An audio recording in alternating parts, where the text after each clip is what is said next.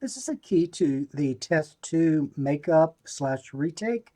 And number 1, you wanted to add the following two polynomials. And number 1b, you wanted to subtract those two following polynomials. So let's look at 1a.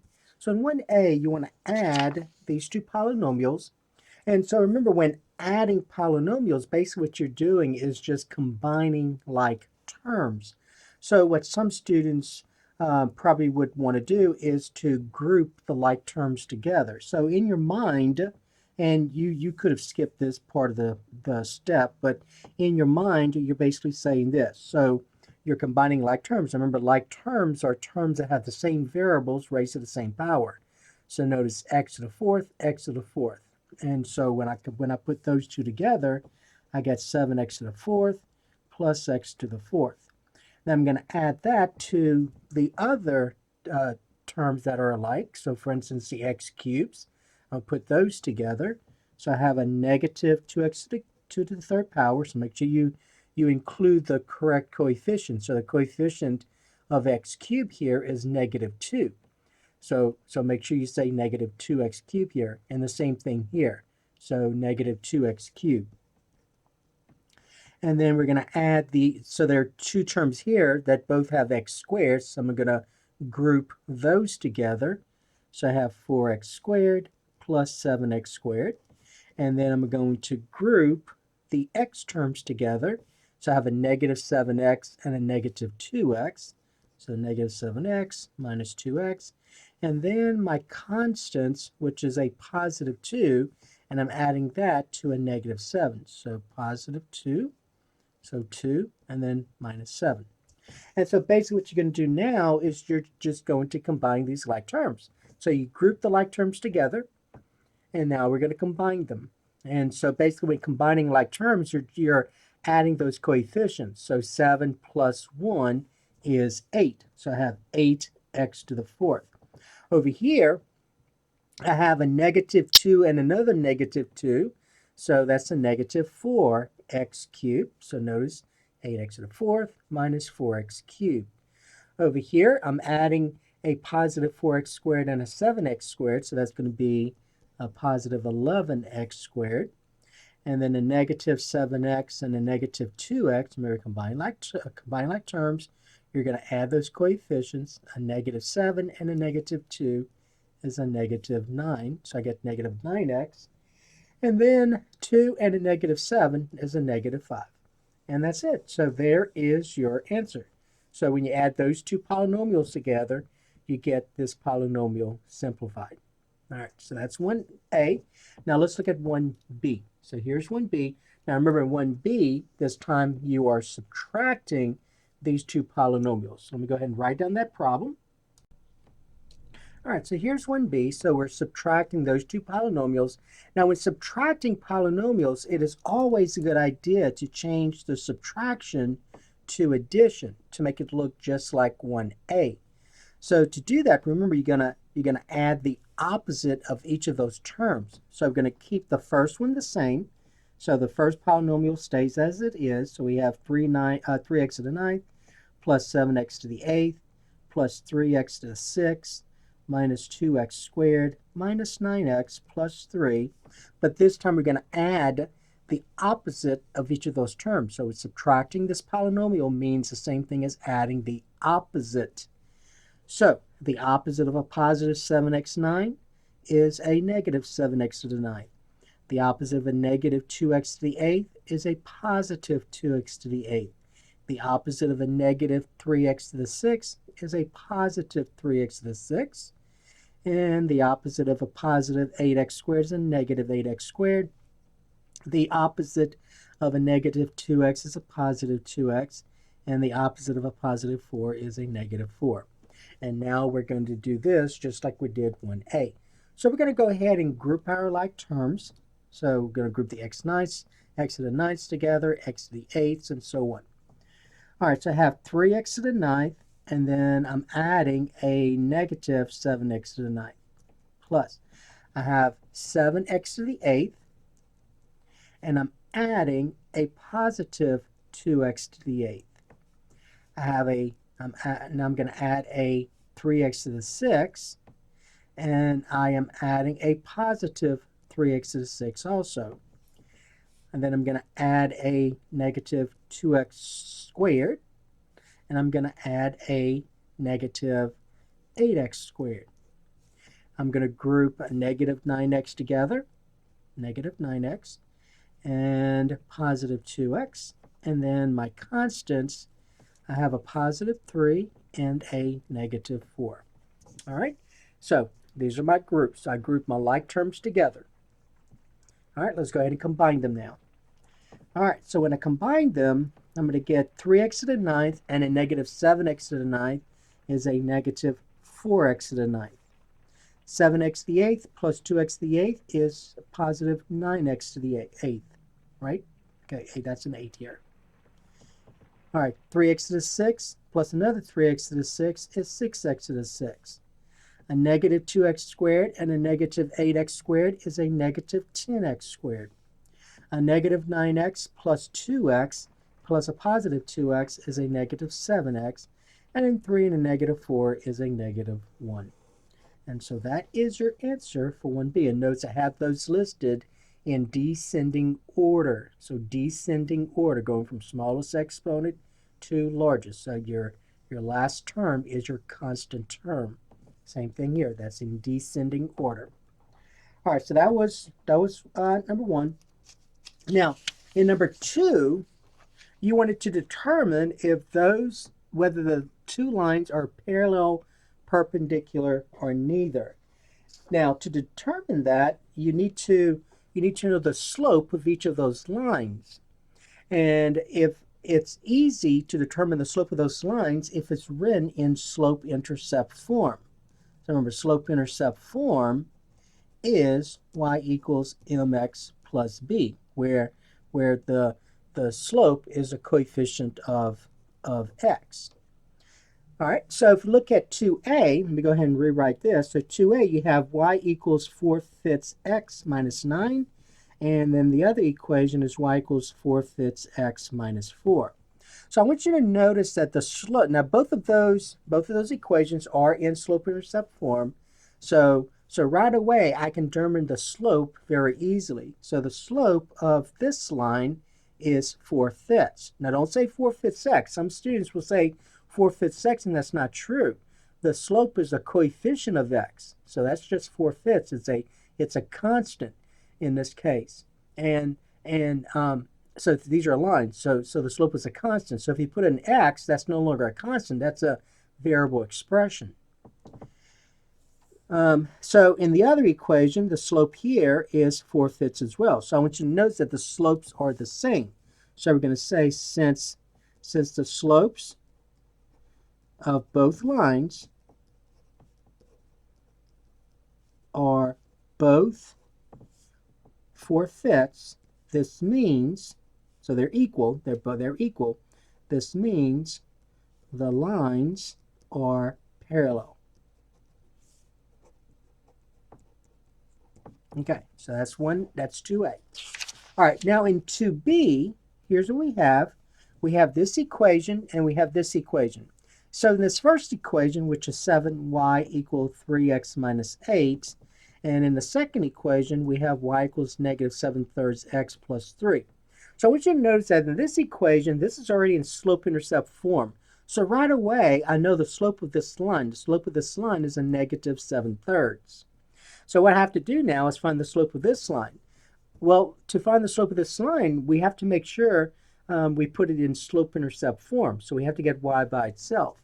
So the first thing you need to do is to divide both sides by 7 to get y by itself.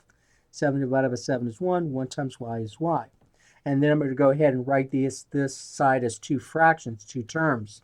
So I have 3x divided by 7, or 3/7 x, minus, and then 8 divided by 7. And so now now that this equation is in slope-intercept form, I now know the slope of this line. The slope of this line is a positive 3/7. And so now notice that the slope of this line is 3/7. The slope of this line is a negative 3/7. Those are negative reciprocals of each other. So we're going to say since the slopes, since the slopes are negative reciprocals of each other,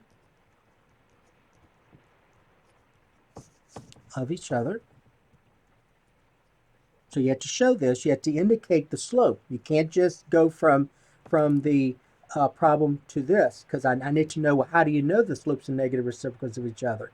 You gotta show something. So telling me that this slope is a negative 7/3 and that this slope is a positive 3/7, then you can say, since the slopes are negative reciprocals of each other, the lines are perpendicular. All right, so you cannot just go from this problem here and then make this statement, because I'm going to ask you, well, how do you know the slopes are negative reciprocals of each other? I don't see any indication that you know that. Okay? All right, so you gotta show something. All right, now, and by the way, it says this, you have to explain why you indicated your answer. All right? Okay, number 3, so the next problem, and so in this problem, they asked you to determine the slope of the line that contains these points. And so we're going to use the slope formula. And it says use the slope formula. So the slope formula is y2 minus y1, so the change in y divided by the change in x. And remember, since we start with y2, the order matters in the denominator. You have to start with x2 in the denominator. So those subscripts have to correspond. And so what some students do, I'm going to just go ahead and rewrite the problem, or the points rather. So what some students do is they label these coordinates. So this is your first point, then we'll call this x sub 1, y sub 1. And then in the second point, we'll call this x sub 2, y sub 2. And then we'll just take this information, put into the formula. So you have y2, which is 3, subtract y1, which is a negative 7, divided by x2, remember, make sure it corresponds, x2, which is a negative 5, subtract x1, which is a negative 3. And then we know that 3 subtract negative 7 means the same thing as saying 3 plus the opposite of a negative 7, which is a positive 7. So those two are equivalent. And over here, negative 5 subtract negative 3 means negative 5 plus the opposite of a negative 3, which is a positive 3. Combining like terms, 7, or combining our numbers, 7 plus 10, 3 is 10. And then negative 5 plus 3 is a negative 2. And simplifying this, or reducing, we get 10 divided by negative 2 is a negative 5. So the slope here is a negative 5. Okay? All right, so that was that problem. Then in problem number 4 in the test, you can't see this. I'm going to go ahead and rewrite this over. So you have this polynomial that's being divided by this monomial. So you have 32x to the 13th power minus 28x to the 9th power minus 24x to the 6th power plus 16x to the 4th power minus 18x cubed. All of that's being divided by this monomial, which is 4x to the 4th. And so when simplifying this, you need to take each of those terms that's in the numerator and divide it by this denominator, this monomial. So you're going to say this. You're going to say 32x to the 13th divided by 4x to the 4th minus 28x to the 9th divided by 4x to the 4th minus 24x to the 6th divided by 4x to the 4th plus 16x to the 4th divided by 4x to the 4th minus 8x cubed divided by 4x to the 4th. Okay, so then you know also that you're going to simplify each of those terms. And so if you look at 32 divided by 4, the coefficients, 32 divided by 4 is 8. So it becomes 8. And then over here, we have x to the 13th divided by x to the 4th. And we know we know that when you divide like bases, you subtract exponents. So this becomes x to the 13 minus 4. And we're going to come back in a little while and simplify this, but that's what we have so far. Then 28 divided by 4 is 6. Don't forget you're subtracting. And then the same thing, divide like bases, subtract exponents. This is x to the 9 minus 4. Minus, you're subtracting. 24 divided by 4 is 6. And then x to the divide like bases, subtract exponents. 6 minus 4. Plus 16 divided by 4 is 4. And then x to the 4 minus 4. Minus 8 divided by 4 is 2. And then 2 to the 2 times x to the, and remember, when you divide like bases, subtract exponents. That'd be 3 minus 4. Then we're going to come back now and simplify those exponents. So this becomes 8x to the 13 minus 4 is 9. Minus 6, x to the 9 minus 4 is 5. Minus 6, x to the 6 minus 4 is 2. Plus 4, x to the 4 minus 4 is 0. Minus 2x to the 3 minus 4 is a negative 1. All right, now that's what we have so far. Now, you have to go further because you know that x to the 0 power is defined to be 1. You also know that you don't want any exponents in your answer being negative. So you know that x to the negative 1 power means the same thing as 1 over x. So now we're going to come back and we're going to rewrite those two using this information. So I get 8x to the 9th minus 6x to the 5th minus 6x squared plus 4 times x to the 0 power is 1, just like this. Now we're going to come back and rewrite this, but for right now that's what we have. Minus 2 times, and then x to the negative 1 is 1 over x. I'm going to come back and rewrite this. Now again, don't leave answer like this because you can rewrite this as a fraction. So now our final answer will be this. You'll say 8x to the 9th minus 6x to the 5th minus 6x squared. 4 times 1 is 4. And then 2 times 1 over x. 2 times 1 is 2. So I get minus 2 over x. And there's your answer. So that's the way you have to write it. You have to write this as one fraction. Don't leave it like this. Write it as a fraction. Same thing here. 4 times 1 is 4. All right, so that is number 4. All right, number 5. So this is problem number 5. So in problem number 5, in 5a, you wanted to multiply these two binomials, and in 5b, you had a binomial squared. So let's look at 5a. So in 5a, we have 8x minus 5 times 2x plus 7. So I know that I'm multiplying these two binomials, so I can use FOIL if I wanted to. So I would get first, so remember the f means first, so the first terms of each binomial, so 8x times 2x is 16x squared. The outer, O is for the outer, the terms on the outside, so 8x times 7 is 56x. Then the inner, I is the inner, so the terms on the inside, negative 5 times 2x is a negative 10x. And then the last terms of each binomial, negative 5 times 7 is a negative 35. Then combining like terms, I can combine those two terms here, the outer and the inner. When combining like terms, I get 16x squared. A positive 56x and a negative 10x is a positive 46x, and then minus 35. And that's it. So those two binomials multiplied together gives you this trinomial. So the answer would be 16x squared plus 46x minus 35. All right. Now in 5b, you have this binomial 4x minus 5y that's being squared.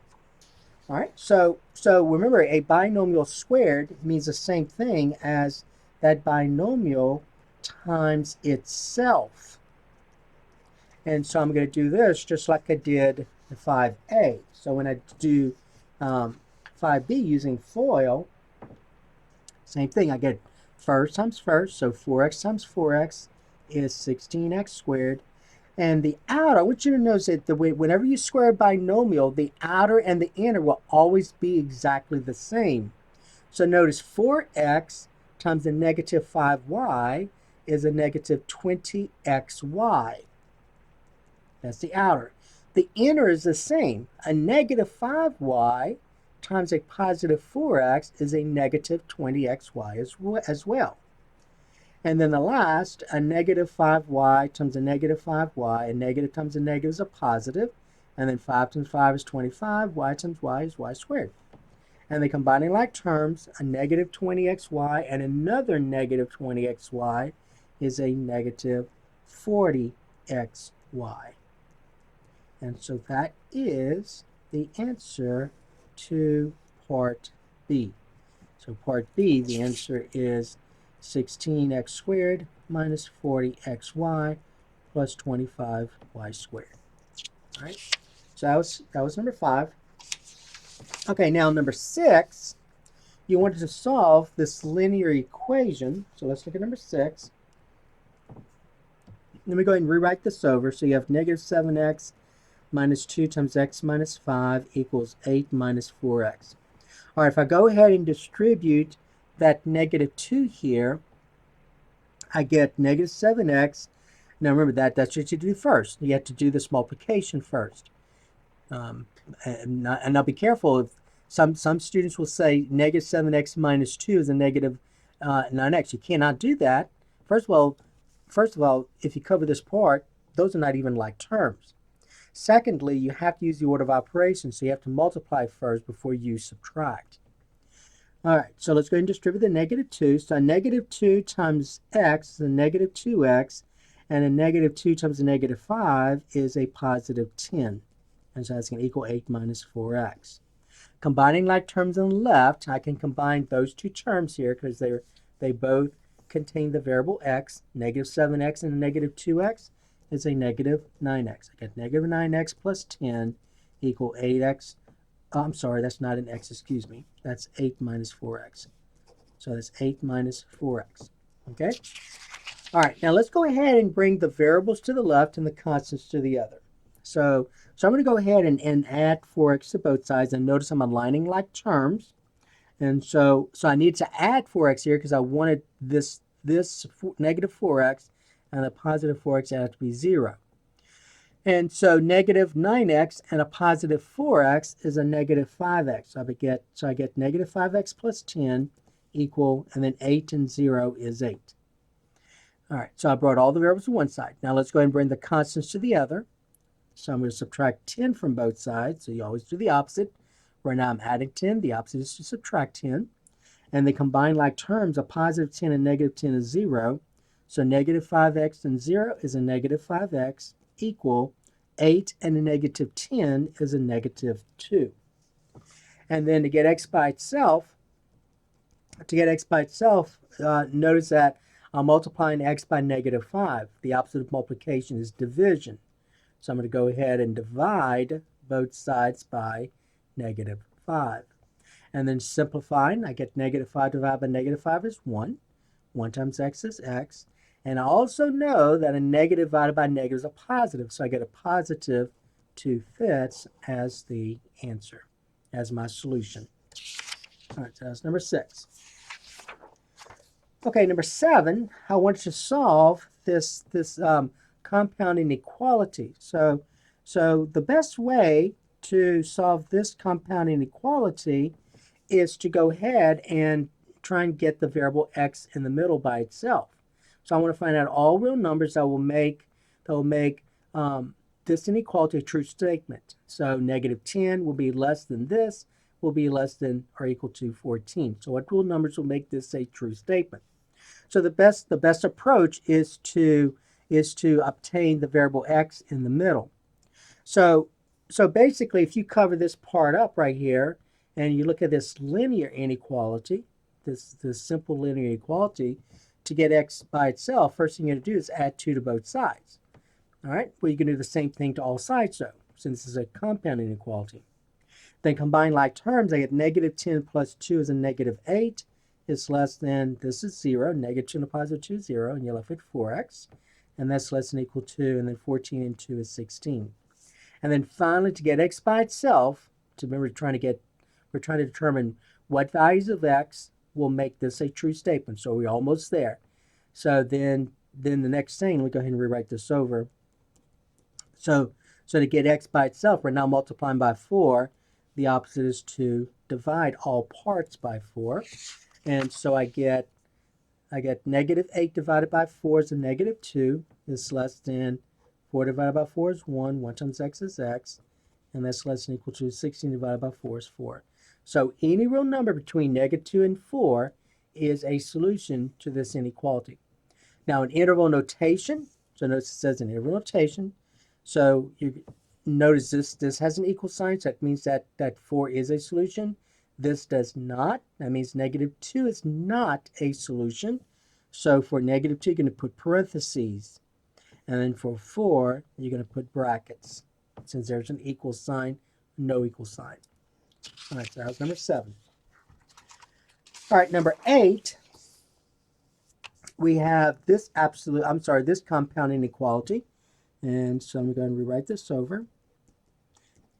All right, so the same thing as before. You want to get the variable x by itself in the middle. So I have this 4, so I'm going to subtract 4 from all parts, because 4 minus 4 is 0. A negative 14 and a negative 4 is a negative 18. It's less than or equal to, now be careful here, that's going to be a negative 3x. And then 2 minus 4 is a negative 2. All right, now let me go ahead and rewrite this over. So to get x by itself, right now I'm multiplying by negative 3. The opposite of multiplying by negative 3 is to divide by negative 3. But remember, whenever you multiply, divide all parts of an inequality by a negative number, you have to reverse that inequality statement. So this is no longer true. So what you have to do is reverse this. So less than or equal to becomes greater than or equal to, less than becomes greater than. So our statement then simplifies to this. Negative 18 divided by negative 3 is a positive 6, is greater than or equal to negative 3 divided by negative 3 is 1, 1 times x is x, and that's greater than, and then negative divided by negative is a positive, and you get 2/3. Now, notice that when writing something in interval notation, you have to go from smallest to largest. So notice, I'm sorry, that's a positive 6. A negative 18 divided by negative 3 is a positive 6. So notice that a positive 6 is larger than 2/3. So what you may want to do is to rewrite this backwards. So start with 2/3. Again, 2/3 is less than x is less than or equal to 6. So those two statements are equivalent. So those are equivalent.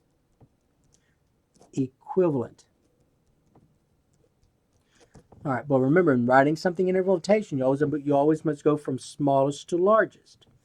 And notice there's no equal sign here and equal sign here. So it becomes parentheses 2/3 to 6 with a bracket. All right. So remember, first of all, whenever you multiply and divide both sides of an inequality by a negative number, you have to reverse the inequality statement. And then when writing something in interval notation, you always must go from smallest to largest. So that's why I went ahead and I rewrote this statement as this statement. All right, so that was number 8. All right, number 9,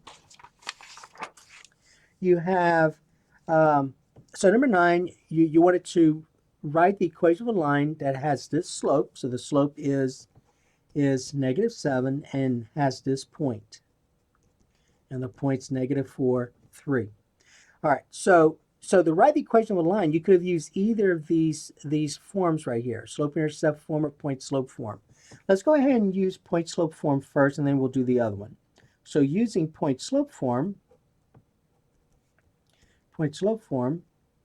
I have y minus y1 equals a slope times x minus x1. So when using point-slope form, you have to know the slope and a point of the line, which you do. So this is your slope and this is your point right here. So my point, that's going to be your x1, that's going to be your y1. That's what you're going to substitute.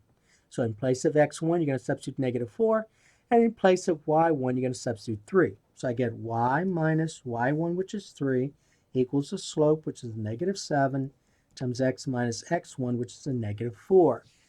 Now, what you also need to do is recognize that 8 subtract negative 4 means x plus 4. All right, and then notice I said write the equation in slope-intercept form. So you want your final answer in slope-intercept form. So we have to get y by itself. So to get y by itself, first all I'm going to do is distribute the negative 7. So I get y minus 3 equals negative 7 times x is a negative 7x, and a negative 7 times 4 is a negative 28. Adding 3 to both sides, I'm going to go ahead and align my like terms.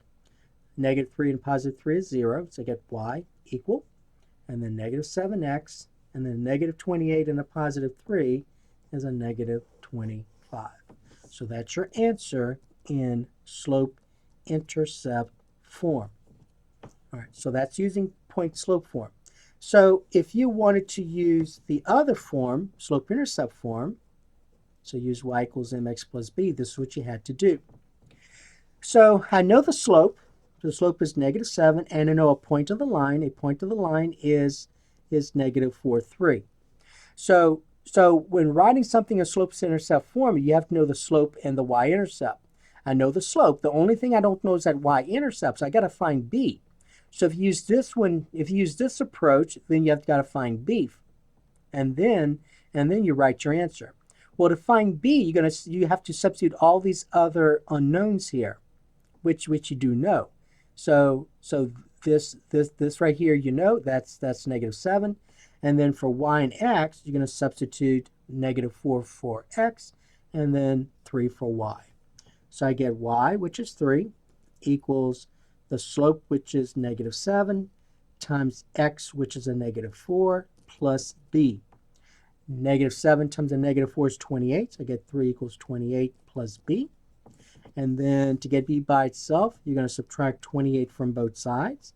3 minus 20 is a negative 25 equal, this is 0, and 0 plus b is b. Notice that remember b stands for the y-intercept, right? And notice that's what your y-intercept is. So you found your y-intercept, so now you're gonna write the equation in slope-intercept form. So remember, slope-intercept form is y equals mx plus b. So then my answer will be y equals the slope, which is negative 7, times x, and then you now know the y-intercept, which is negative 25.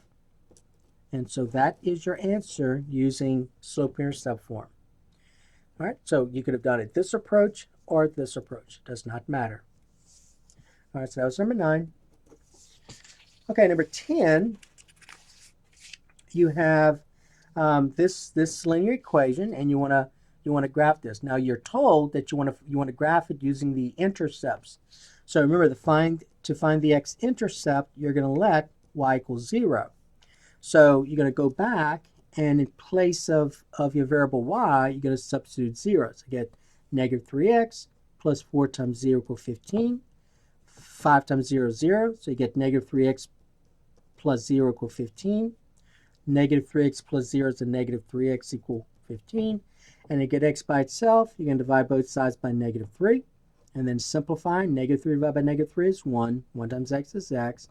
And you get your x-intercept to be 15 divided by negative 3, which is a negative 5. And they did tell you to make sure you indicate this is an ordered pair. So as an ordered pair, my x-intercept is going to be negative 5, 0. So remember, y is 0, so make sure you put this correctly. To find the y-intercept, you're going to let x equals 0.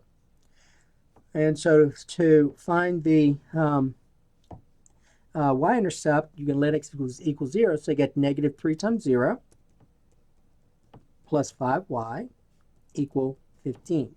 Well, negative 3 times 0 is 0, so you get 0 plus 5y equal 15. 0 plus 5y is 5y equal 15.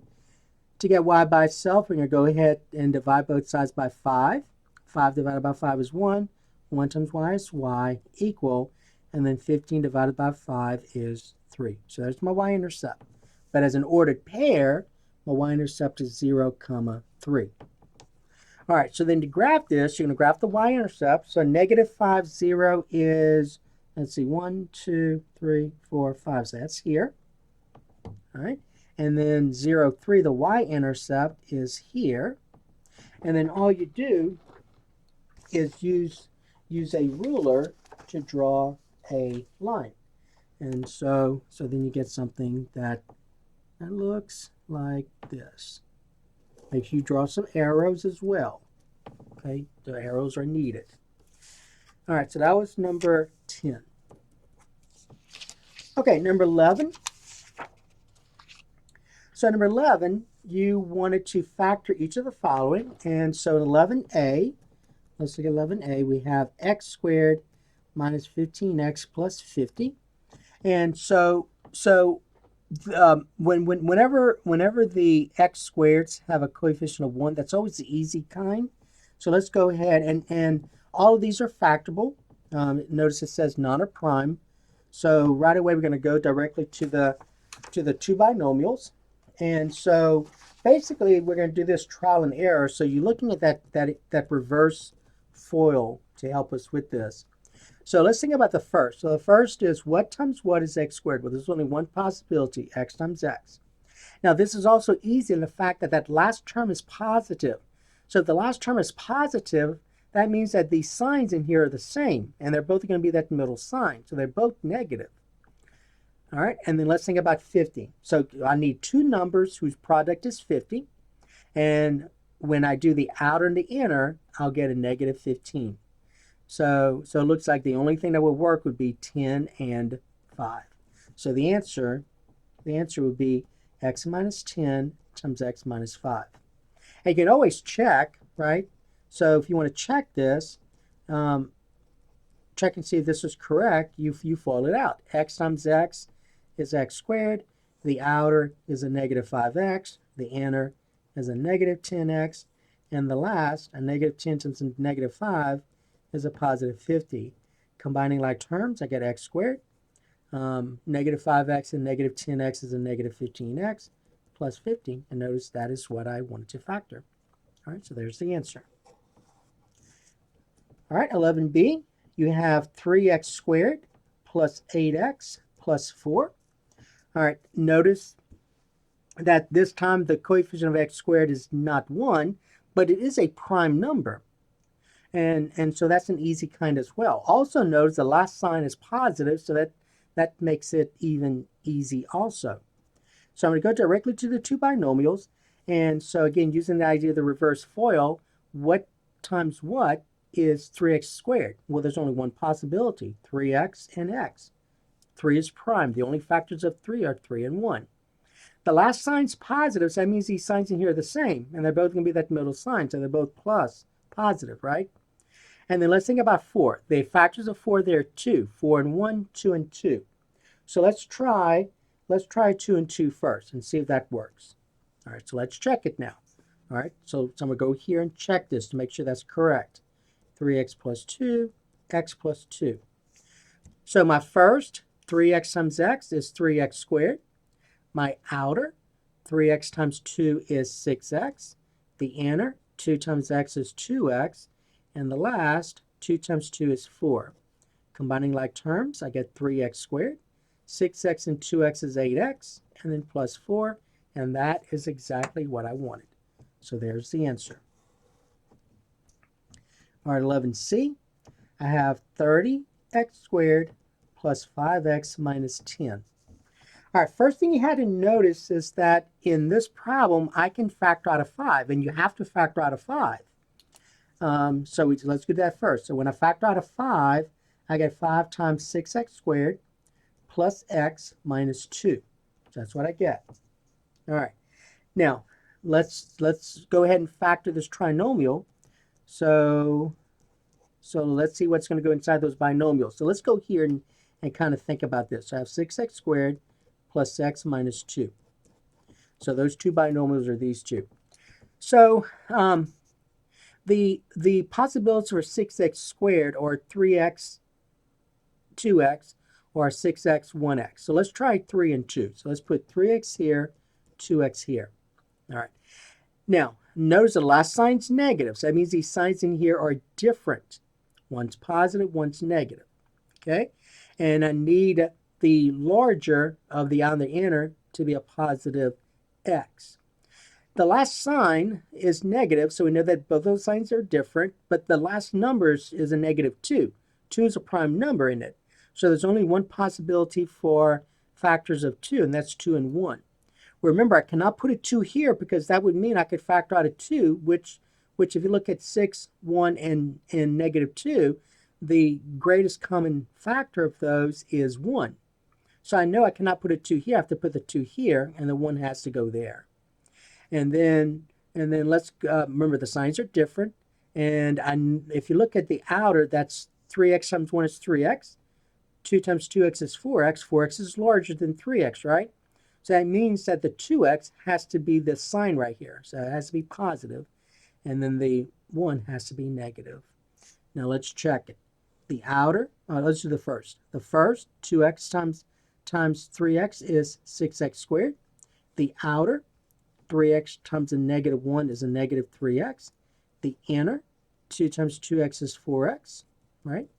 And then the last, 2 times a negative 1 is a negative 2. Combining like terms, I get 6x squared. A negative 3x and a positive 4x is a positive x, and then minus 2. And that is this. So these two factors should go here. So we're going to get 3x plus 2 times x minus 1. All right. Now let's look at 11D. So here's 11D. So in 11D, I have 8x squared minus 6x minus 9. All right, so we're going to go ahead and do that trial and error as well. So the GCF is 1. So I'm going to go directly to the binomial. Notice the GCF in number 11C was 5. So I had to factor out a 5 first. All right, so there are two possibilities for 8x squared. There's 4x, 2x, 8x, 1x. So let's try 4x and 2x first. Let's put 4x, 2x. Now what you know is the last sign's negative, so that means these signs are different. And then 9, there are two possibilities for 9, 3 and 3, 1 and 9. Let's do 3 and 3 first. And then if that doesn't work, we'll try 1 and 9. All right, now remember the last sign's negative, so these signs are different. And then the larger of the outer and the inner will take that middle sign. So I want you to notice, though, that the outer is 12x, the inner is 6x. So that means that 12x would have to take that middle sign. So that's going to mean this is negative and this is positive. All right, now let's check and see if that's correct. So let's rewrite this over and then FOIL it out and see if it's correct. So 4x times 2x is 8x squared. The outer, 4x times a negative 3 is a negative 12x. The inner, 3x times 2x is 6x. And then the last, a positive 3 times negative 3 is a negative 9. Combining like terms, I get 8x squared. A negative 12x and a positive 6x is a negative 6x. And then minus 9. And that is what you wanted. So this is correct. All right. So that was the key to the retake on test 2.